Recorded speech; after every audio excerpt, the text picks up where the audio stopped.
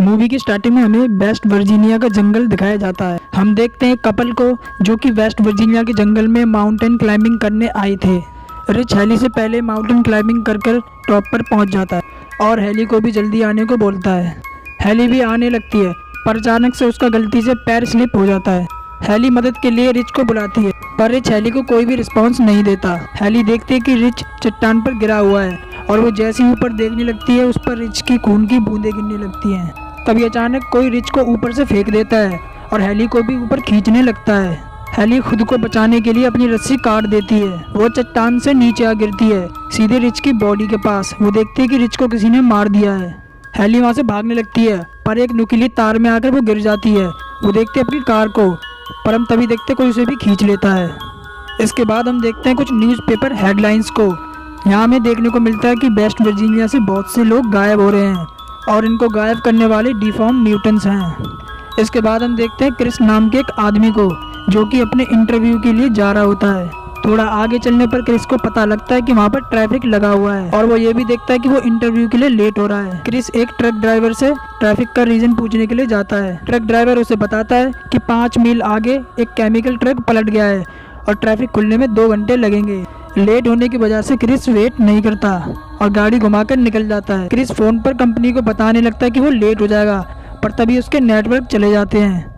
Chris को एक gas station board मिलता है और वो अपनी गाड़ी उसी तरफ मोड़ लेता है। वहाँ उसे बहुत सी लावारिस गाड़ियाँ दिखती हैं जो कि उसे बात ही थोड़ी अजीब लग रही थी। गैस स्टेशन जाकर वो सबसे पहले वहाँ का फ़ोन ट्राई करता है पर इससे कोई फ़ायदा नहीं था क्योंकि फ़ोन पहले ही ख़राब पड़ा था। वो वहाँ के मालिक मेनार्ड से कुछ मदद मांगता है पर वो उसकी बात का कोई भी जवाब नहीं देता। उसे एक मैप दिखता है और वो वहाँ पर एक कच्चे रास्ते को देखता है जो कि आगे चलकर एक हाईवे रोड पर मिल रहा था और मेनार्ड भी उसे कच्चे रास्ते पर जाने के लिए बोल देता है। अब क्रिस वहाँ से निकल जाता है। थोड़ा आगे चलने पर उसके सामने 2 रास्ते आते हैं। अब वो समझ नहीं पाता कि वो क्या करे तो वो अपनी गाड़ी कच्चे रास्ते की तरफ मोड़ लेता है। उस रास्ते पर उसे एक हिरन मिलता है जो कि मरा हुआ था। उसे देखने के चक्कर में उसकी कार सामने खड़ी कार से टकरा जाती है और वहाँ पर एक एक्सीडेंट हो जाता है पर हम देखते हैं कि क्रिस को कुछ नहीं हुआ और वो आराम से गाड़ी से बाहर आ जाता है। एक्सीडेंट की आवाज़ सुनकर उस गाड़ी के मालिक भी आ जाते हैं। वो गाड़ी कुछ कॉलेज स्टूडेंट की थी। क्रिस उन लोगों से सॉरी बोलता है और उनकी गाड़ी के नुकसान की भरपाई करने के लिए मान जाता है। क्रिस उनसे पूछता है रीज़न क्योंकि उन लोगों ने बीच रोड पर गाड़ी खड़ी कर रखी थी। फ्रांसिन बोलती है कि किसी ने बीच रोड पर नुकीले वायर बिछा रखे थे जिससे उनकी गाड़ी का टायर पंचर हो गया। तभी जैसी बोलती है कि पीछे एक गैस स्टेशन है, हमें वहां जाकर हेल्प मांगनी चाहिए। पर क्रिस बोलता है कि वहां जाने का कोई भी फायदा नहीं है और हमें आगे की ओर बढ़ना चाहिए और वो लोग आगे की तरफ बढ़ जाते हैं। लेकिन फ्रांसिन और एविन को वो गाड़ी के पास रुकने को बोलते हैं। आगे चलने पर उन्हें एक मरा हुआ नेवला मिलता है पर क्रिस उन्हें आगे चलने को बोल देता है। थोड़ा आगे चलने पर उन्हें आग जली दिखती है पर वहाँ पर कोई भी नहीं था। क्रिस को ये सही नहीं लग रहा था इसीलिए वो और आगे चलने लगते हैं। इधर हम फ्रांसिन को देखते हैं जो कि एविन को ढूंढ रही थी क्योंकि एविन गायब हो गया था। फ्रांसिन एविन को ढूंढने के लिए निकल जाती है। थोड़ा आगे चलने पर उसे एविन का जूता मिलता है और थोड़ा पास देखने पर उसे एविन का कटा हुआ कान मिलता है। वो ये सब देख के डर गई थी और जाने के लिए पीछे मुड़ती है। तभी अचानक से पीछे से वो आ जाता है और उसे दबोच लेता है और उसे बहुत बुरी तरह मार देता है। इधर हम बाकी सबको देखते हैं जो कि रोड के एंड पर पहुंच गए थे। चलते चलते उन्हें वहां पर एक घर मिलता है। उस घर के आसपास उन्हें बहुत सी गाड़ियां खड़ी मिलती हैं। वो काफ़ी देर तक उस घर का गेट नॉक करते हैं पर उससे कोई भी रिस्पांस नहीं आता। उन्हें पता लगता है कि घर में कोई नहीं है तो वो घर के अंदर आ जाते हैं। अंदर वो देखते हैं डिनर टेबल को जो कि बहुत गंदी थी। उन्हें बहुत सी अजीब चीज़ें दिखती हैं। कार्ली को बाथरूम में किसी की डेथ बॉडी मिलती है। जैसी को वही नुकीले तार मिलते जिससे उनकी गाड़ी का टायर पंक्चर हुआ था।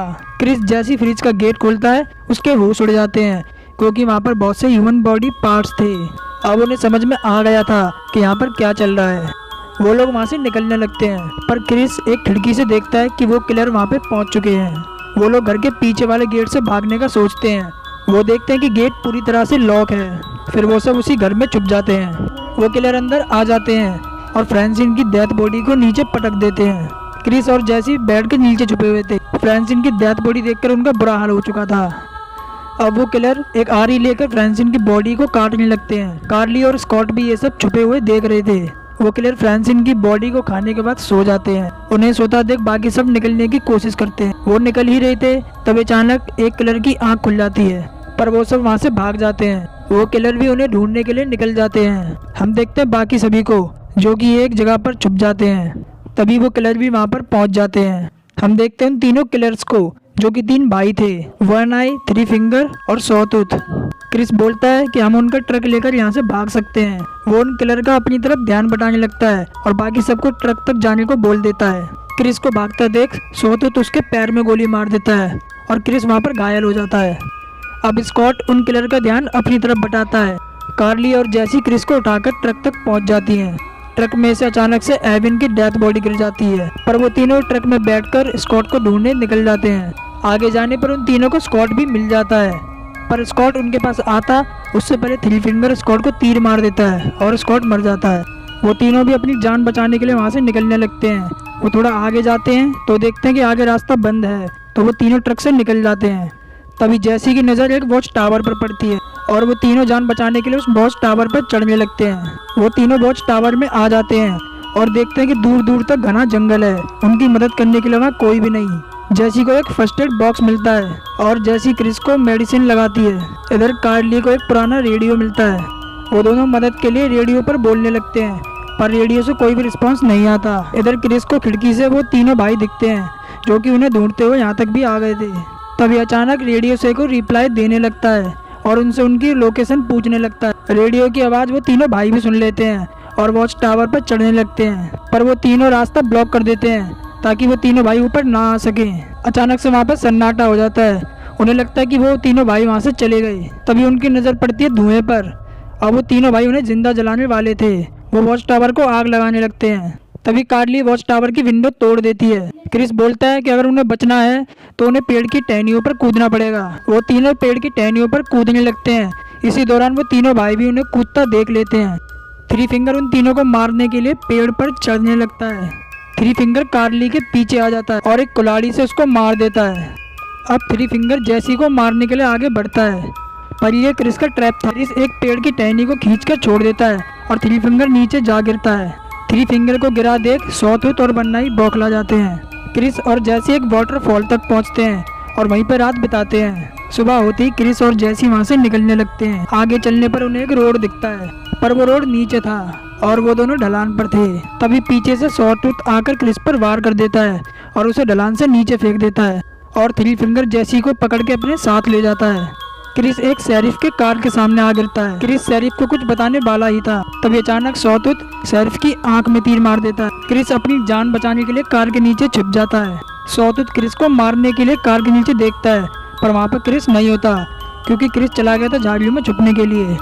सॉटूथ शेरिफ की बॉडी गाड़ी में डालकर निकलने लगता है। तभी क्रिस जल्दी से आकर गाड़ी को नीचे से पकड़ लेता है।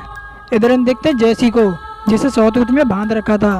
वो उसे मारने के लिए आने लगता है, पर तभी अचानक से बाहर सॉटूथ आ जाता है और 3 फिंगर चला जाता है सॉटूथ की मदद करने के लिए, शेरिफ की बॉडी उठाने के लिए।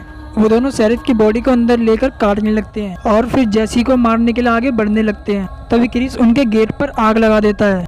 वन आई ये देखने जाता है। क्रिस वन आई पर उसकी कार चढ़ा देता है और उसे कुचल देता है। क्रिस सॉटूथ पर भी एक टूल से वार कर देता है और जैसी को खोलने लगता है। तभी सॉटूथ उठ जाता है और क्रिस को मारने लगता है। वो क्रिस पर एक कुल्हाड़ी से वार करने वाला ही था, तभी जैसी पीछे से आकर उसके सर में तीर घुसा देती है। अब वो दोनों वहाँ से जाने लगते हैं। तभी अचानक से 3 फिंगर भी आकर उन पर अटैक कर देता है, पर जैसी उसके सीने में कुल्हाड़ी घुसा देती है। क्रिस और जैसी बाहर निकल जाते हैं। क्रिस को पता था कि वो अभी भी नहीं मरे। क्रिस शेरिफ के कार में रखे फ्यूल टैंक में गोली मार देता है, जिससे वहाँ पर ब्लास्ट हो जाता है और घर के चीतरे उड़ जाते हैं।